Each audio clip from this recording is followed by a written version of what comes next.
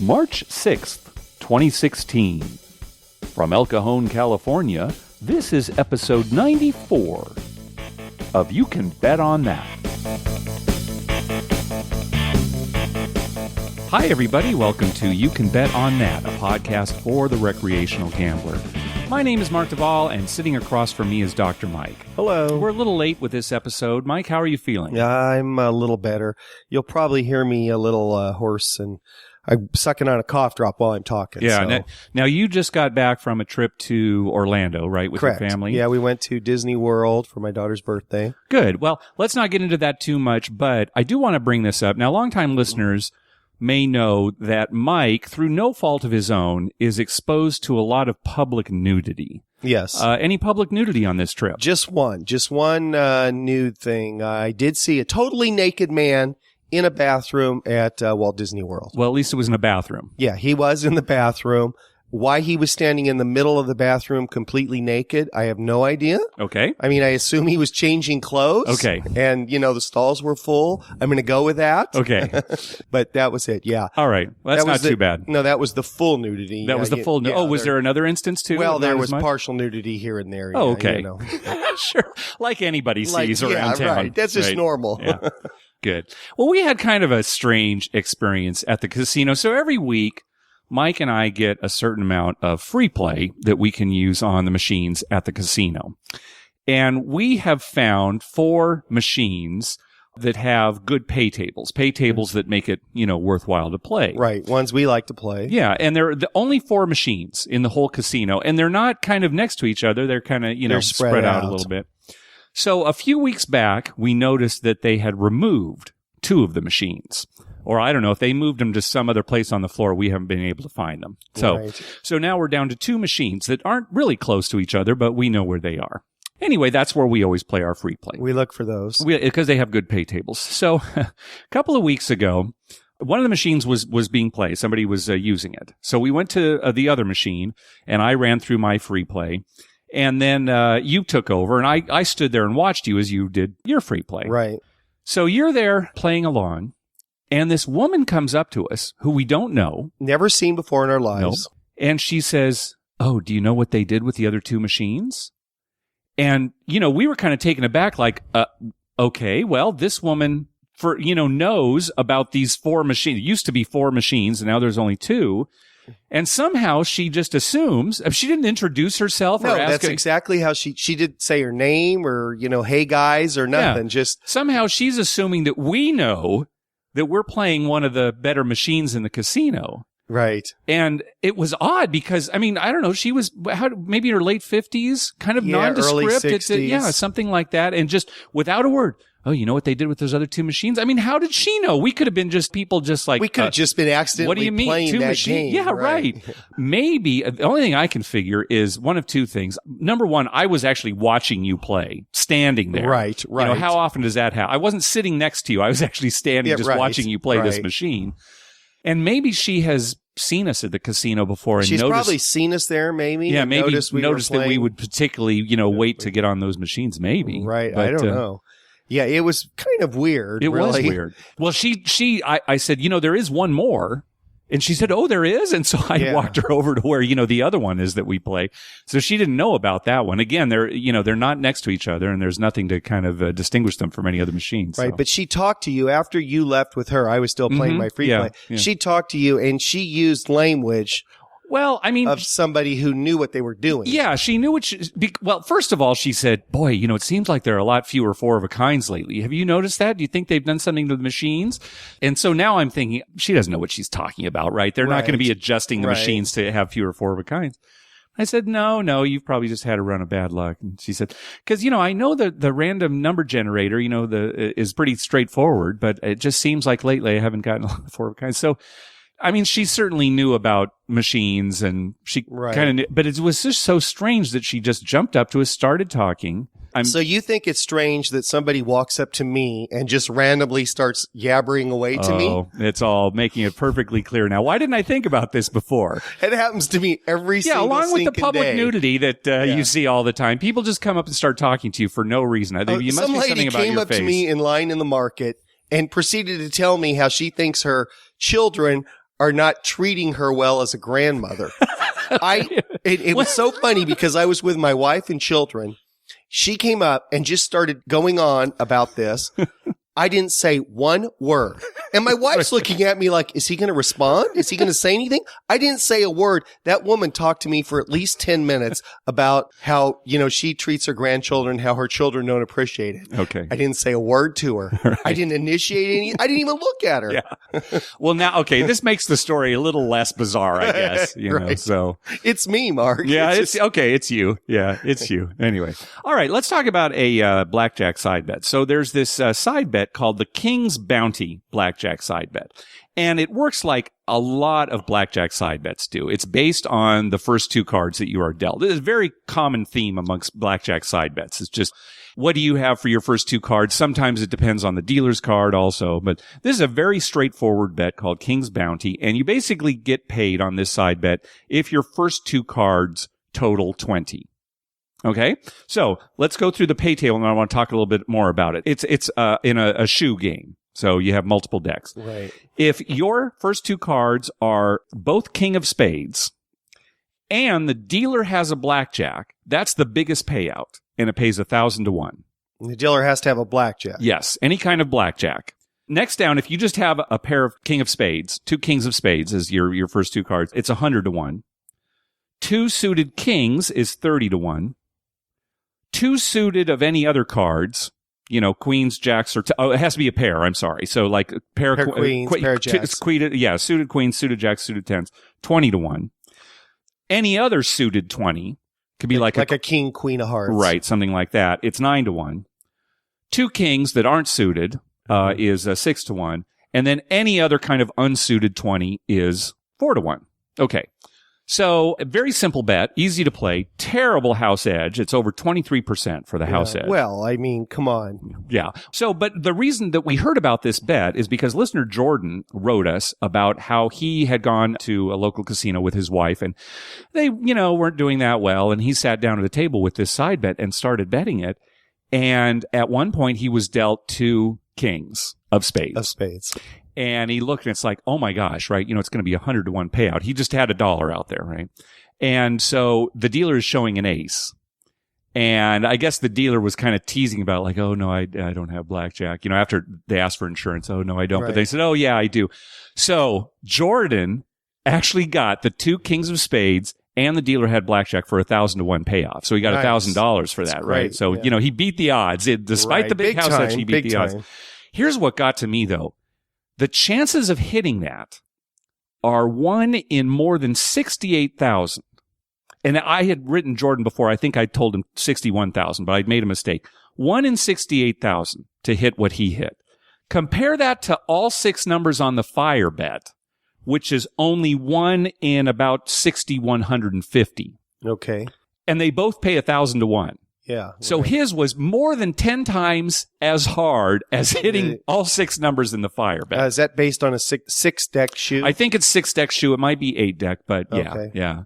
So, I mean, that's incredible. It's pretty hard to hit. Now, the reason that you'd think, well, okay, why doesn't the King's Bounty pay more if it's that much harder to hit? But you have to keep in mind that the King's Bounty bet also plays anytime you get a 2-card 20. So it's paying off a lot more than the fire bet. Paying on the lower side a lot more. So, that's why that. But anyway, I thought that was pretty good. Congratulations to Jordan on that. Yeah, and didn't he say in his email to you that what did he do, buy the drinks for all the table? I think so, yeah, something like that. Sure, why not? Nice. Yeah. That's cool. Yeah. The last episode, we were talking about Crapless Craps, and you asked the question, hey, what's the most odds you've ever seen? Right. You'd said the most you'd ever seen was like double odds. You were playing up at Lake Tahoe. Right. And I was speculating, at Stratosphere in Las Vegas, I think they have like 100 times odds at their regular craps tables.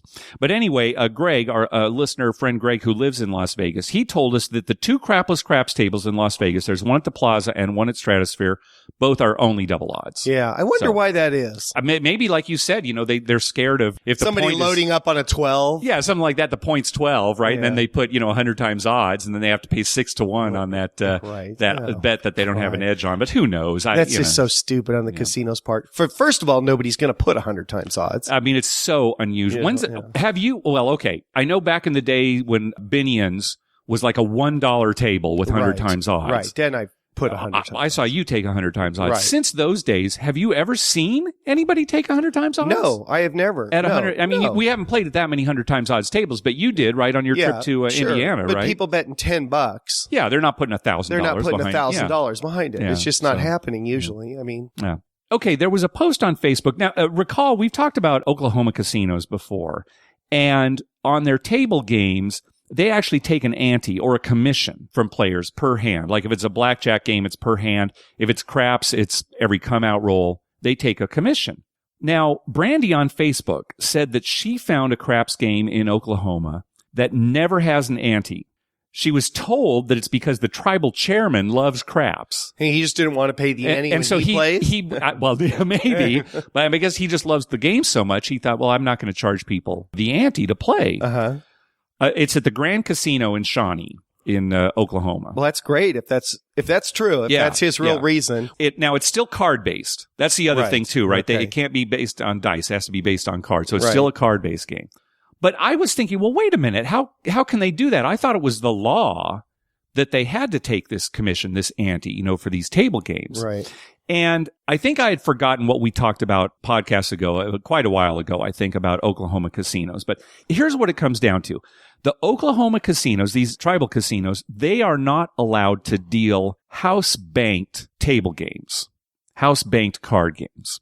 So there has to be a dealer? So, no, not necessarily. See, here's what it comes down to. So what happens is any money that is won as a result of these table games goes into like this prize pool. This pool that then is returned to the players in the form of free play or bonuses or offers, that kind of thing. So it goes. So the only way that the casino can make money on these games is to charge the ante. So it's at their discretion. So if they want to run, a craps game with no ante, it's fine. They just won't make any money off of it. Okay. Now, it could be that some of the money from this pool, the winnings, goes to pay staff? I think so. That might be something that they can do. And I'm going to read to you some legal document that I found here too. That you can tell me what you think. Maybe it's one of those things where like you can pay all your expenses. And right. whatever And then, profit you get has to be returned. Yes, right. You can't make a profit on the game. Right, exactly. The only way you can make a profit is if you charge this. It's like this nonprofit ante. organizations who say they're nonprofit, but they have employees they pay. Yeah. So, if the casino says, hey, we would just want to do a free game here, that's fine. And apparently, too, there are a lot of casinos in Oklahoma that will do something like a no ante Thursday, to get people in the door. Right. This Thursday from noon to 4, no ante at the blackjack table. Right. And so that's how they get people in the door.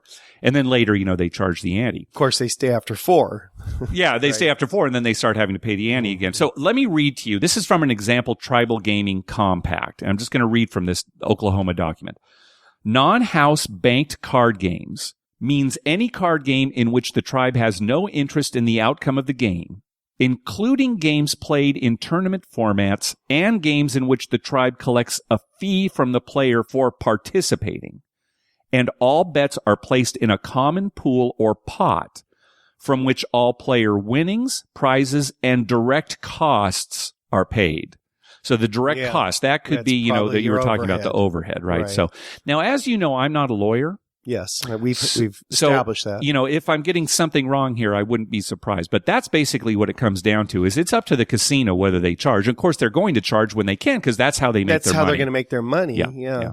It must be slow, though, collecting just $1. It's probably like at the blackjack table, it's 25 cents or 50 cents. Right. But it's like any other kind of ante, it adds up like crazy. Yeah. Yeah, well, that's all profit, too. Because if your expenses are coming out of the pool thing, right, then that 25 cents is pure profit. All their, it's pure profit. Right. Yeah, that's what I'm guessing, goes in too. Your pocket. Yeah. It's just one of those silly laws, because they have regular slot machines, class 3 slot machines that you'd see at a regular casino. Right. And you don't have to put an ante for the slot machine, like put in an extra quarter every time you pull the lever. That is all profit. That one that goes straight into their pocket. Yeah. So anyway, thanks for that information, Brandy. Again, the one that has no ante craps in Oklahoma, although it is still card-based, is at the Grand Casino in Shawnee. Hey, thanks to everyone who's been clicking through our Amazon link. Remember, whenever you're going to buy something through Amazon, go to our page first, youcanbetonthat.com, and click through our Amazon link at the top of the page. That way, when you make a purchase, We get a little kickback that helps cover the costs of hosting the show, and it doesn't cost you a thing. You'll pay the same price just like normal. And obviously, I'm reading copy there, but I really want to impress upon people how much we appreciate when you click through that link. Oh, yes. And I know most definitely. When people do it, too, they don't get any kind of confirmation that, we're getting any credit for anything. But believe us, we see it, and we really do appreciate it. Yes. All right, let's jump to our voicemail hotline. Remember, call our hotline at 951-292-4377. That's 9512-WAGERS. 9512-WAGERS. And maybe we'll play your clip on the show. Now, last episode, we were talking about how once we saw a die land right on the edge of the boat. And stay there. With the little tray where they have the dice on the craps table. It just stayed perfectly on the edge, and how amazing that was. Well, Mike called in about that. Hey, it's Mike in Los Angeles. I just wanted to say, when the die miraculously falls on the edge of the dice bowl, that's only because the boxman turned on the magnet. Oh, that's a good point. Yeah. Yeah, the boxman probably had turned on the magnet at that point, and that got it to do right there. Right. Every craps table has magnets on it at one end, so if the dice are getting real hot, the boxman can just flip on the magnet there, and that'll screw things up. In a 7-hour. Some of the more sophisticated casinos actually have a whole control panel underneath the boxman. It's right under. Where they can control a lot more than just the dice. Sure, it's a lot more. Yeah. And if you ever are at a casino, watch the boxman, because every once in a while he'll kind of look down there and do it. And if you really look close, you'll see like little things on the ceiling that they shoot microwaves out into your head. Right. That you do have to be aware of. Last episode, we also talked about, somebody had asked, hey, what's the best bet to make if you've got some free play? And we gave actually a pretty narrow answer, because let's listen to a call here from John. Gentlemen, it is John in Phoenix. Thank you for the wonderful podcast. You were discussing tonight the best way to use a free play voucher, and you mentioned the Baccarat table. That is a good place to do it. You said the return was slightly better on the banker bet than the player bet, which is true if you're betting your own real money. It's a bit wonky on the numbers, but if you're using a free play bet, your return is actually slightly better on the player. There's a great article by James Grosjean called Beyond Coupons, I believe, that Google you can find that explains the math behind it.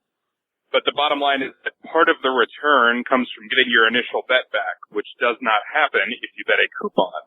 Therefore, even though the inherent house edge of the game is a little higher on player than banker, because we're not counting your original wager coming back and you get a full payout versus a 19 to 20 payout, player, let's keep up the great show. Okay, so he kind of cut off there, but this is great information from John. And one of the things that we really failed to talk about last time is that when you get free play, there are a lot of different ways that you can get it. Right. You could get a coupon, a match play coupon, where you have to make a bet with it, or you could get a coupon where it just plays by itself. Yeah, the match play is the worst of all the free play. Yeah, because you got to put some of your own money. You got to put some of your own money. I don't know how, if I'd say worst, but I think I know what you mean. Yeah. It's the least desirable. The other thing, too, is if you have this free play coupon and it wins, does it stay out there? Do they take it away, or does it stay out there? Because I know, Mike, for a fact that you've had some free play at Caesars where it would stay out there. It's just a coupon and it stays out there. Right. So that's it could a big win difference. multiple times. So do they take it away only when it loses? Do they take it away when it wins or lose? Is it match play? Same question for match play. Do they take it away? Does it leave it out there? A lot of good questions. So the article that he's talking about by James Grosjean. Now, James Grosjean is a brilliant mathematician when it comes to gambling related things. I'm going to post a link to his article. Sometimes it gets a little complicated with the math, but there's a lot of good information in there. So, you can pour through that and decide, okay, what is the best way to use a coupon? I think, just the short answer that we were giving last time, as long as, here's another thing that we failed to mention too. We were assuming that the match play was just, or the free play was just for an even money bet. Right. Because if you can play it anywhere. A lot of places are. Yeah, if you can play it anywhere, that's a big difference too. Because maybe you want to play a game with some really high volatility. But again, it depends on the kind of free play you get. So I'll post a link to this article. It has a lot of good information on it. Interesting thing out at Harrah's Rincon, you can get your free play in slot play, or you can get chips. Mm-hmm. If you get chips and you can take it to the craps table, you can use that on any wager. Correct. You can get a $5 free play chip and put it on a hard 8. Yep. And win and get $45. You could put it on the fire bet and you get can put it on $5,000. Right, exactly. Which is unusual because I believe when they first started doing that, it was only on even money play. Okay. So you could only bet it on the pass line or don't pass, or you could bet it in the field, but you'd only get even money on 2 and 12. Yeah, right. But we talked about this too. The problem with the free play they have at Harris Rincon is if you get table chips, they take the bet away when it wins. Right. And so it's much better to just get free play for the slot machines. Correct. Yeah. Correct. Okay, again, last episode, we were talking about the Santa Ana Star Casino in New Mexico and how they have no VIG at all on buy bets on the 4 and 10. They're completely free. We got a call about some other New Mexico casinos that are doing the same thing. Hello, gentlemen. Y'all mentioned in your most recent episode the Santa Ana Star Casino in New Mexico, which has a free buy on the 4 10. I happened to have gone to New Mexico the previous week for the long weekend, the President's Day off, and I hit 11 casinos in the state of New Mexico that day, and I didn't check the craps table at every one of them, but I did play craps at about half of them. And the free buy on the 4 and 10 was pretty standard there, actually. I even saw a $3 table with 10 times odds with a free buy on the 4 and 10 at the Santa Clara Casino. But it seems like about half of them had the totally free buy on the 4 and 10, not just the Santa Ana Star. So I think it's a competitive thing out there. There was another casino, actually, that if you bought in for $100 on select days at a craps table and made a $5 line bet, they gave you $50 in match play chips. And I talked to them about it a little bit. They said they had a lot of people showing up, and it was like madness when they opened the table at 10 in the morning.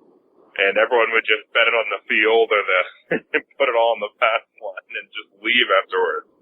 So it didn't sound like it's that profitable for them. I'm not sure how long they're doing it. Thank you. Keep up the good work. Yeah, that's a great kind of offer that, you need to watch out for every once in a while. All you had to do was buy in for $100 and make a $5 pass line bet and then walk away if you want. And you got $50 worth of free play. Match play. Okay, but still, match play. But even so, right, $50 worth. And so that's great. Yeah, you got to watch out for those. Yeah, if you're going to play anyway, match play is fine, right? And that's great news about New Mexico casinos and these free buy bets. See, that's the kind of thing that we like spreading.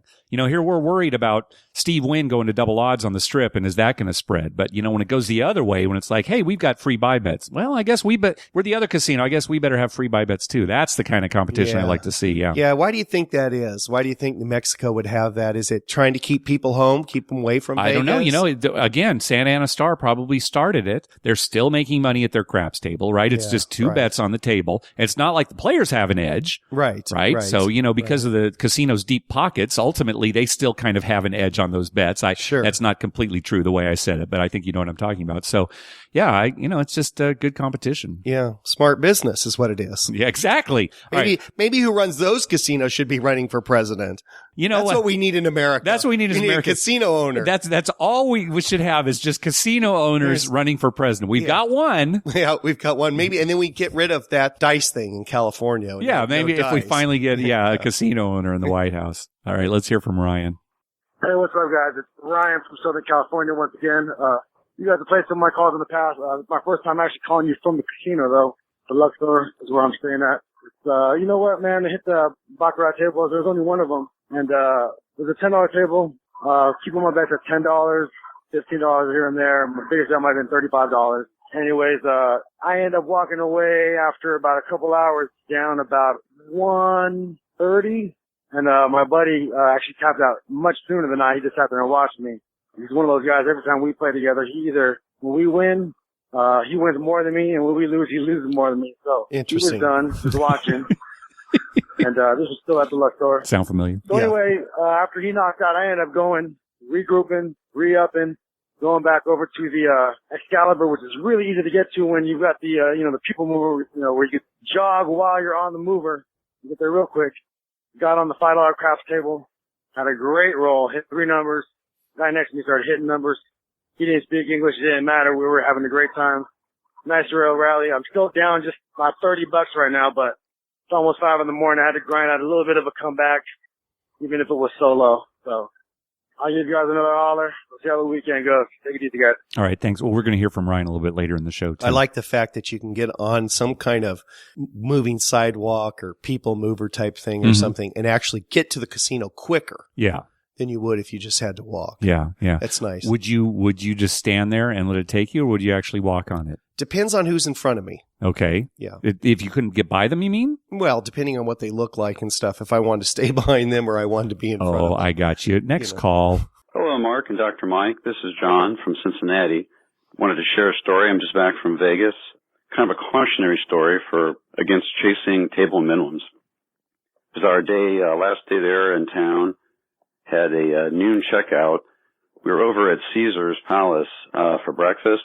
And on our way back to where we were staying at Bally's, I said, let's swing by the Cromwell. I haven't been in there. I used to love the Barbary Coast. And I was excited to see that they had a $5 craps table. And this was like 11 a.m. on a Sunday. And I knew we had to get back to the hotel over across the street to check our bags and at the bell desk. So we went and did that. And by the time I got back, it was a little afternoon, and sure enough, they had raised the table minimum at the craps table from 5 to 10. And I almost bolted at that point, but I thought, I only get out to Vegas every other year, so hey, I'm here to gamble. Let's go ahead and do it. So I put my $10 pass line bet. I was already comfortable. I like to place the 6 and 8. I put like $12 out on those, and then just try to play. I couldn't really play full odds because of my bankroll. But, I tried to hang in there at 3, 4, 5. So it started off working great. And, I should say I backed off my usual plan to put a couple come bets out, just again on bankroll concerns. Started off great. The shooter that was on the dice there, he kept rolling 6s and 8s. It was crazy. The point was, I think, a 9 or 10. Must have made 5 or 6, 6s and 8s. Each time I would drop the dealer, drop him a 1 for 15. Had a nice win going there, but then it turned against me. I only made 1 point there, and then we went through about 3 or 4 shooters, including myself, 7'd out, and I was chased out of there pretty quickly. So it was a good session at first, but just didn't have the bankroll to hang with it. So overall, though, I had a great time. I'd really recommend join the course. Some people are recommending downtown. Had a great time at the D out there, craps, the table there. Thanks for you guys, all your work on the show. I really enjoy the stories, and keep it going. Bye now. That last day in Vegas, when your flight is maybe at 3 in the afternoon or something, and you're almost desperate to get back on the table. It's like, I got to play some more. And maybe you're at a table where the minimums are higher than you'd like, but it's like, well, I don't have time to go to another casino. It's a decision you have to make. Do I have time to walk to a cheaper casino, or am I going to just stay here and play? And so I know what that's like, where, maybe you're not going to make the smartest decision because it's like, hey, I'm not coming back for, a year, years, even 6 months, but it's like, I got to take advantage while I'm here. So, and have you ever noticed how time goes by so quick that last morning? It is amazing. I mean, if you're in a situation where you need time to go by quick, just pretend it's your last, you got to catch a plane in 3 hours and you want to play craps. Oh, it just flies by. It does. No matter what time your flight is that day. That last day goes by so fast, and it seems like you're just not having enough time to get in there and play. You can't quite get enough fun. I know. It's awful. Okay, let's hear from Robin. Hey, Mike and Mike. This is Robin from Connecticut. You're an anytime gambling fan. First of all, thanks for the shameless plug for my website last week. I really appreciate it. I got some questions for you, and I'm going to try to fit all this in 3 minutes.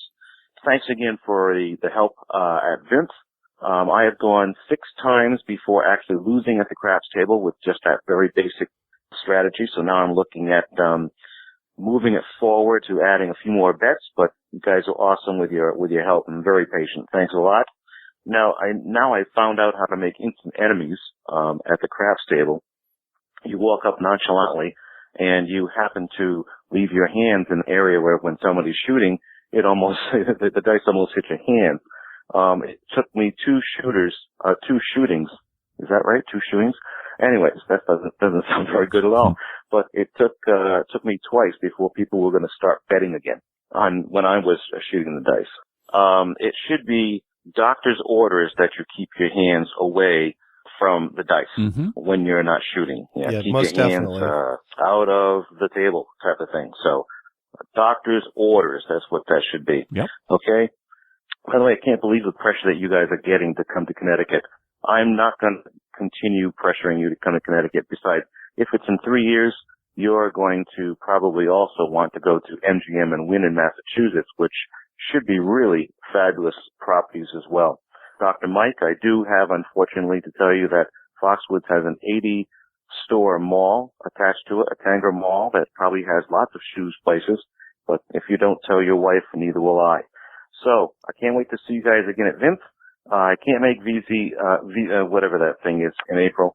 I direct the drama here at my school, and it's Aladdin time.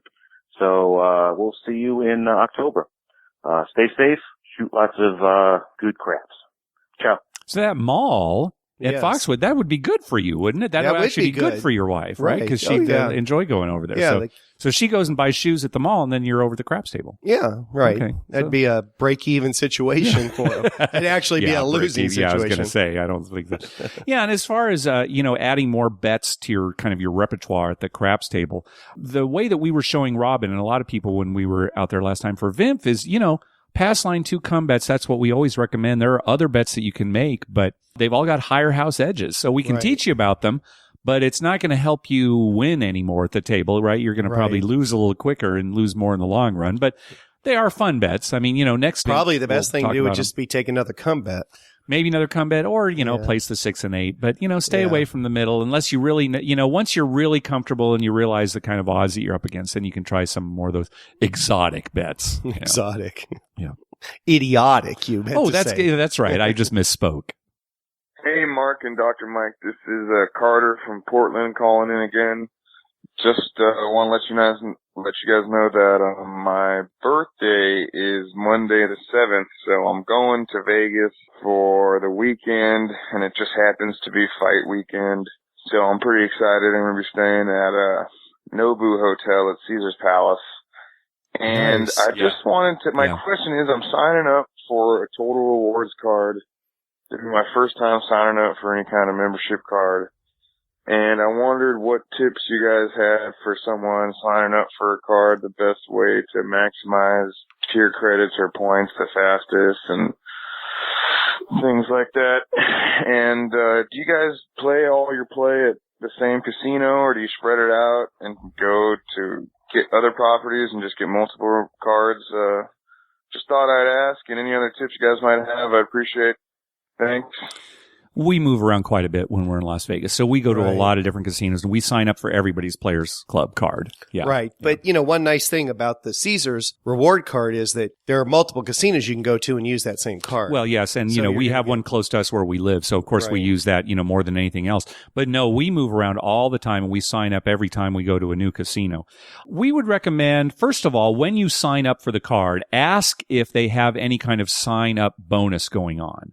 Because sometimes when you sign up for a new card, they'll give you a free buffet, or maybe they'll give you some free play. So, ask, because they may not offer it. Yeah, a lot of times they don't. No. But when you do ask, there is something. And since it's your birthday, ask about that, too. Oh, that's a good point, too, because you got like a t-shirt or something extra once when you signed up. Yeah. A lot of times you'll get something extra if it's your birthday. Be sure to always use your card when you play. So always put it in the machine if you're playing a machine, or give it to the dealer if you're playing a table game. As far as maximizing how much you earn, I mean, there are little tricks that you can do, like you can sign up for a credit card. I know Total Rewards through Caesars. If you sign up through their credit card, you're automatically bumped to platinum status. The only thing I would be careful of is don't play specifically to earn points. Right. Right. You want to get the points that you were going to get because you're playing anyway.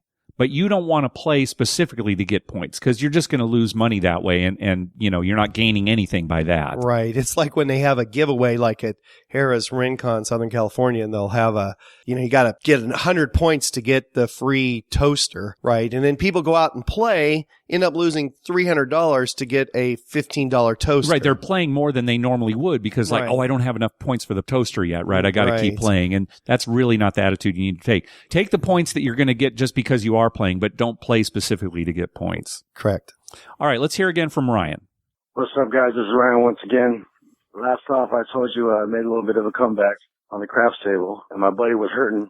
And that's kind of how the trip continued, where I was doing just enough to stay ahead a little bit. but my buddy also hurting. Pretty good luck on the craps table over at the Gold Coast. First time it's ever happened where a player tipped me. I'm a guy with a whole lot of black chips in front of him. I'd say probably had 4 or 5,000 in front of him. I probably rolled about 25 times and hit 10 at the point twice. And he threw $50 at me, man. And I was only playing $5, $10 behind the pass line and playing one come bet and splitting 10 odds on that. Because that was, as the day we were leaving actually, so I was kind of count my chips already, decide how I want to make sure I go home ahead. But that was a cool little surprise. First time that ever happened. He won a cool few thousand, I think, on my roll. What's funny was when my buddy got the dice, he's had in the past some really good long rolls, so I threw money on the, where he would roll the six times before, the 7. Pays 90 to 1. I bet on him, didn't work out. When it got around to me, I didn't bet it, and actually, I would have got it 6 times. I've never hit a bet like that, and that kind of would have been a cool way to end the trip. My buddy though, man, he made a little comeback with me right there on that craps table. Sure enough, made a mistake. On our way to cash out, he decided to stop at the blackjack table, gave a little bit back there. If that was enough, right at the roulette table, right by the cashier, stopped over there, and he gave back a little more. That's kind of how it goes. Did good on the OKC, covered spread over against Golden State, so that went real well. Betting the parlays and sportsbook was pretty fun. Our friend did that a lot because kind of trying to budget himself. He was doing like little $5 parlays and was able to sit in the sportsbook a lot. Spent a lot of time at the Luxor sportsbook, pretty empty there. And a couple calls back, I told you how I was kind of convinced, I was going to stop playing craps and go over to easy baccarat tables. At the Gold Coast, I only bought him for 100 there. I thought I'd try the game again. It was a lot better when you're winning, and the people playing next to me were all pretty cool. Kind of tripped me out how people with such large stacks and big bets could also put so much money on side bets, like the Dragon 7 and Panda 8, which the house edge is so huge on those ones compared to just betting the banker or the player. But when I sat down with 100, I told myself, hey, if I can get to $75 ahead, I should stop. I got up to that spot where I was exactly 75 up. And I decided to just throw one hand of $25. Because I was only betting $10 a hand the entire time. I lost that one, so I walked away 50 ahead on that. But I'm gonna keep giving the game a try. Pretty easy weekend for us. Nothing too crazy. Pretty responsible. We'll talk to you guys next time. Thanks for the show, guys. Let me ask you, Dr. Mike, have you ever been walking up to the cashier to cash out your chips and stopped along the way at another table, maybe blackjack or roulette or something, and played some more and lost all your chips? Well, that'd be silly, Mark. Would I ever do anything like that? No, of I didn't course think I so. have. Yeah. Mm-hmm. That sounded, when I heard that story, I thought, yep, I think we've been there, right? Yeah. Where you're walking up, it's like, I lost. I really should try it again here to. And sometimes it works. Remember? That's the scary thing. Sometimes it does work. So then you're going to always try stop it. Right? it. Remember, at Vimp, I was losing at craps at Golden Nugget. Oh yeah, that first night. Went to bed. Right. Mm-hmm. And I went over to the blackjack table. I was going to go to bed and I had like $50 left. Yeah. And I turned that 50 into 500 and then went back to the craps table and turned that into over 1,000. Yeah. So sometimes it works. Sometimes it works. Keep trying. Yeah. Not good advice, but sometimes it does work. All right. One final call. Hey guys, this is Audit Ninja from Twitter. Jason and I just got back from Las Vegas. We went to the Table Games Protection Conference at the M Resort, and it was a nice little stay out there, nice trip. But there were 3 specific things that I brought back from the trip that I wanted to throw at you guys on the show. First is, at the M Resort, they have a $5 craps table that seemed to be consistently $5. But we played it multiple times, along with other people at the conference, and it was like 3, 4, 5 rolls, and we were 7ing out. I mean, it was something I'd never seen before, and it wasn't just Jason and I, it was everybody that was on the table with us, and the whole time we were there, we never saw a good roll, and that is probably one of the least busiest $5 tables I'd ever seen before. Well, one of the guys at the Table Games Protection Conference said to us was he suspected that they were not changing out their dice on a regular frequency. So typically at the casino we work at, we change our dice on every 24 hours. At least. That's the minimum. So what it does when you don't change out your dice, it leads to rounded corners. So I didn't know if you guys heard of anything, any superstitions where rounded cornered dice are leading to more sevens. To me, the odds don't change, but it was something unusual what was happening there. The second thing is, I sent you guys some pictures of the Konami Gaming Lab at UNLV. Thought it'd be interesting if you guys talked a little bit about that.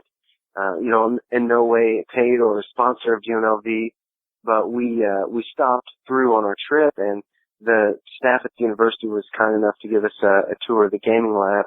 And I think what they're doing for education in the gaming industry and professional development is pretty outstanding. So if you wanted to talk about that, I think that'd be great.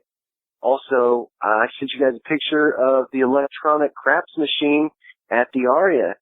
Never saw one of those before. I thought it was quite spectacular, to say the least. So maybe you guys would talk about your strategy for playing the electronic craps machine. I think that'd be swell. So talk to you guys later. Okay, yeah, it was great when Audit Ninja and Jason were in Las Vegas. I was living vicariously through them, watching them on Twitter and, posting pictures and that kind of thing. All right, so yeah, with these shoot to win craps games, the strategy should be immediately cash out and go to a real craps table.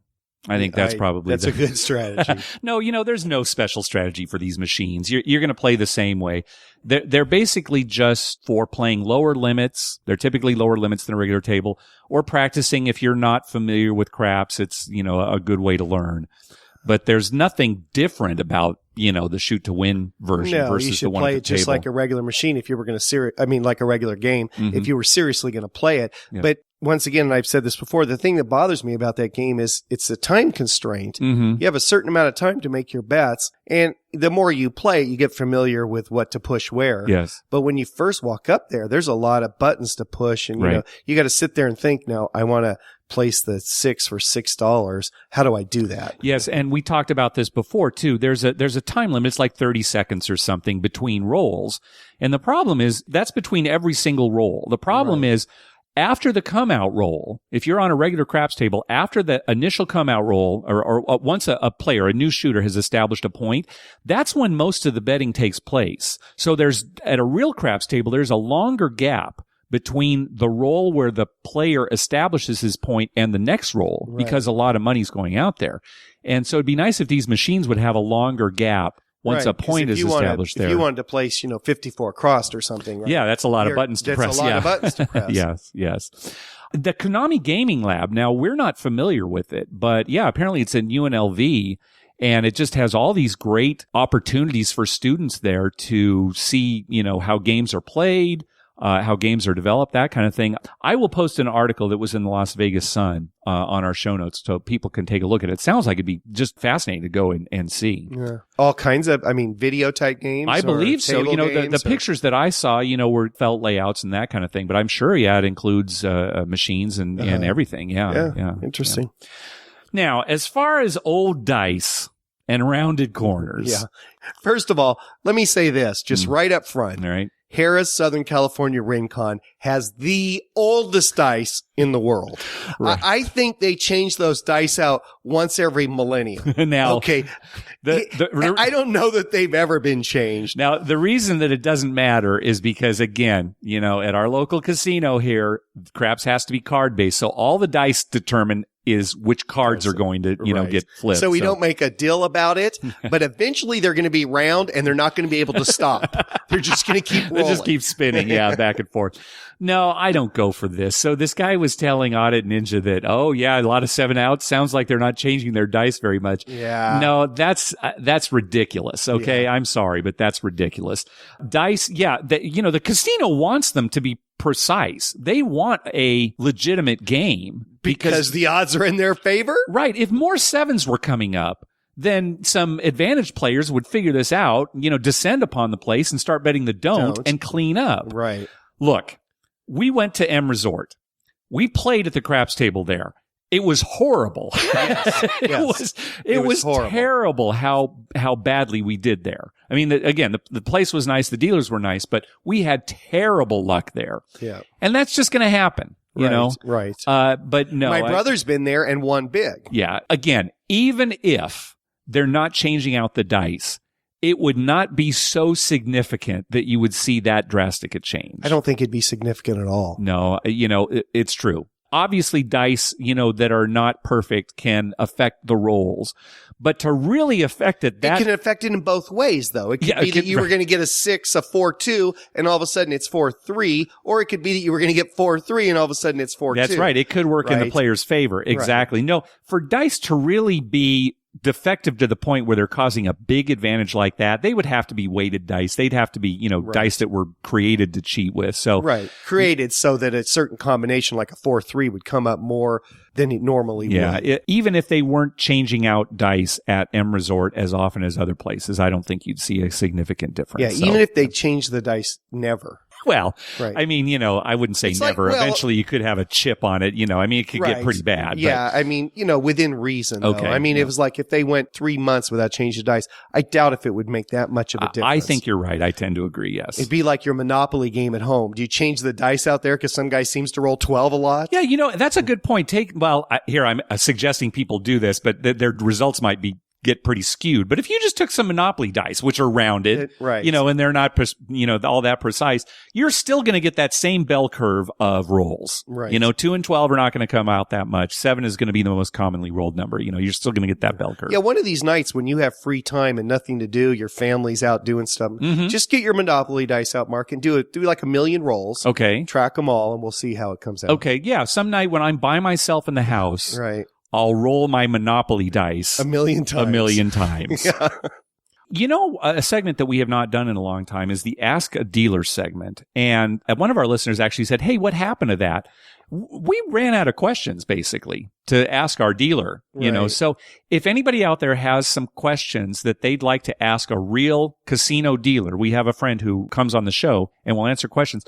Let us know. In fact, now that we've got this new setup, we could have her on live. Sure. And ask the questions live and kind of have a discussion with her as well instead of her just, answering the questions. All right, that's going to do it for this episode. Hey, we want to thank some people for some PayPal donations, all $14, which is, I guess, our thing. That's our thing on the show is $14 PayPal donations. Thank you to. Why did that guy buy in for 14? Why couldn't he even buy in for 144? Oh, weird, 144. Thanks very much to Trevor for $14. Also, Catherine. She says she's going to be going on. Actually, her trip is over. She was going on a trip here recently. I hope it went well for you, Catherine. Also, Tony. Thanks again for the $15. And we got. Did I say 15? You said 15. Oh, that's the thing on our show, $15. Also, Steve, for $14 over at gamble.com. He has a question. He says, here in Colorado, we have legalized gambling, including craps, in 3 different mountain towns. However, the maximum bet is $100. How would that max bet affect your play, if at all? And I'll just answer first that it won't affect my play at all. Dr. Mike, take it away. It'll destroy my play because, I'm used to putting 25 on the line with 125 odds. Well, it's the odds that where you put all your money, right? I mean, you're not making like $100 pass line bets very often. No. Well, and how often do you ever make more than $100 pass line? Well, I haven't in quite a while. I've got up to $100 pass line bets, but not over. But it's really on the odds. It's on the odds. Now, do they let you go over $100 on the odds? That's a good question. Probably not. It's a law, so they certainly wouldn't have a carve-in for the free odds on a craps table, right? And you can't pressure hard ways past 100. That would affect me. Yeah, and I guess and your place bets sometimes will get over 100. Oh, a lot of times you have $120 or $150 6 or 8. Okay, so it would affect your play, on odds and on hot rolls, quote unquote, hot rolls, right? Because you wouldn't be able to press up as much as you'd like, right? Yeah, that's what. Yeah, on so-called hot rolls. Yeah, that's where it would affect it. Okay, starting off, it wouldn't affect. On the come out. Yes. But once a guy got going, if he got going well, I would limit the amount I could win. Yeah. Really. All right. We'll have, I guess, no Colorado for you? No Colorado. Okay. All right. Hey, be sure to check out our TV listings showing all the gambling-related shows coming up within the next 2 weeks. We update those listings every Wednesday using a customized program to search through all the raw American TV data. Just go to our webpage, youcanbetonthat.com, and click on the link at the top of the page that says TV listings. We'd love to hear from you. Call our voicemail hotline at 951-292-4377. That's 9512-WAGERS. Or you can email us at youcanbetonThat@gmail.com. Also, follow us on Twitter at YouCanBetOnThat. We always tweet when we're heading to a casino, and we love to meet up with you. Like us on Facebook at facebook.com/YouCanBetOnThat. And finally, head on over to iTunes and write a review on us. When you do, it helps us get new listeners. And I know we're late with this episode, but we should get back into our regular schedule. Yeah, we'll with our stay next on episode. our regular schedule next time. Yeah. All right, take us home, Dr. Mike. Well, I was just thinking about this Colorado thing. It really bugs me. I hate when a state feels like they need to make laws to limit what people do. Yeah. I mean, why the $100 thing? I know. They're probably thinking, well, less, there's going to be less corruption and less crime. And people won't ruin their lives or whatever. Yeah. No, they'll still ruin their lives. They'll ruin it $100 at a time, okay? Well put, yeah. I mean, seriously, it's so silly to limit people because there's a lot of different people in the world. And what you should do is maybe put your time into educating people, provide programs for people to educate them, but don't limit them on what they can do. I just hate that. Yep. And it gets into gambling, and that's what's led to 6-5 blackjack, damn it. Yep. It's a poor education, I agree. It's poor education. Yeah. Our educational system in America is letting us down. Yes. All right. Thanks for listening. Good night.